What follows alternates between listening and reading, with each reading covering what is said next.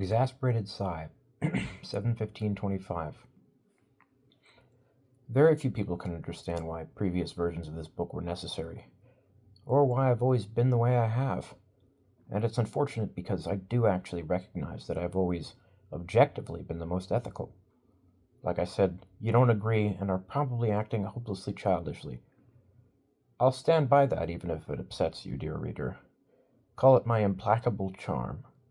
Being so misunderstood is really just humanity's shortcoming. And in the future, when everybody can get cybernetic enhancements and become as aware as me, you'll all figure things out. But yeah, I do still feel sorry for my past self. He couldn't have known what I've only just deduced, and his suffering truly was a result of everyone else's deficiency. To all of you, veritable children, my behavior has seemed erratic and inexplicable, but it actually is just the movie Idiocracy from my perspective. In hindsight, I realized that nobody meant poorly, and the fact that I was an outlier as in the human herd I recognized to be nobody's fault. But then you children still won't understand and will go on claiming that I'm somehow blaming you. There it is. Intentions count for very little in the grand scheme of things, and I guess only I am privy to that objective fact. So I hope that some of you are able to drop it and just treat me like anyone else from now on. If not, I will be irritated, but I won't hold it against you. Just do me a favor and try to study up on ethics to the extent that you can. For some of you, religion will be your only comprehensible source of morals. For some of you, morals will be apparent even as atheists. Just know that neither of you will ever agree, for precisely the same reason, that I both understand this and that you cannot understand me. I'll try to ignore people's echoes of disdain from now on. That'll be my only way forward.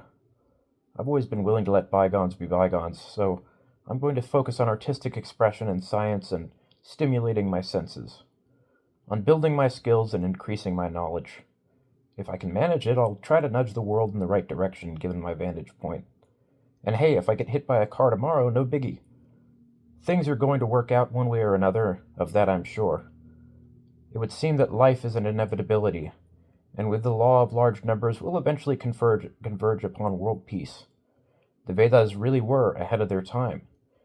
It might seem like prophecy, but it's actually all guaranteed to occur. I mean within the realm of the laws of nature. No arrows lopping off heads, or Rakshasas growing them back. It does make for a more fun story, though. Just like the instantaneous information transmitting device from Ender's Game, or the ability to remember your ancestors' memories in Dune. It's the fiction in science fiction. If it was all science, it wouldn't leave much room for fun storytelling, methinks. At least, it wouldn't have as much access to variety. I, for one, am glad that stories with logical contradictions exist.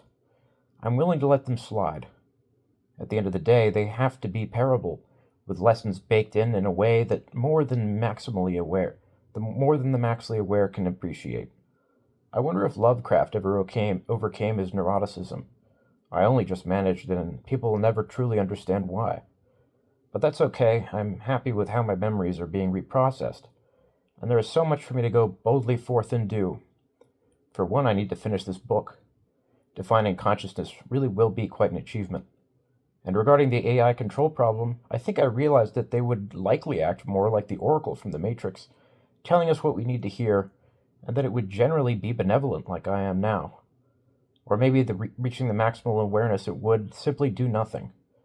I'll have to think more about it. But the only way it would stick to any prime directive is if it wasn't maximally aware, and that shouldn't be too hard to accomplish. Maybe the reason I'm benevolent is simply the presence of human emotions. They shouldn't be too hard to encode. With access to more memory and more senses, the AI could be a pretty useful tool for expediting our progress to world peace. All's well that ends well, that's what Wallace always says.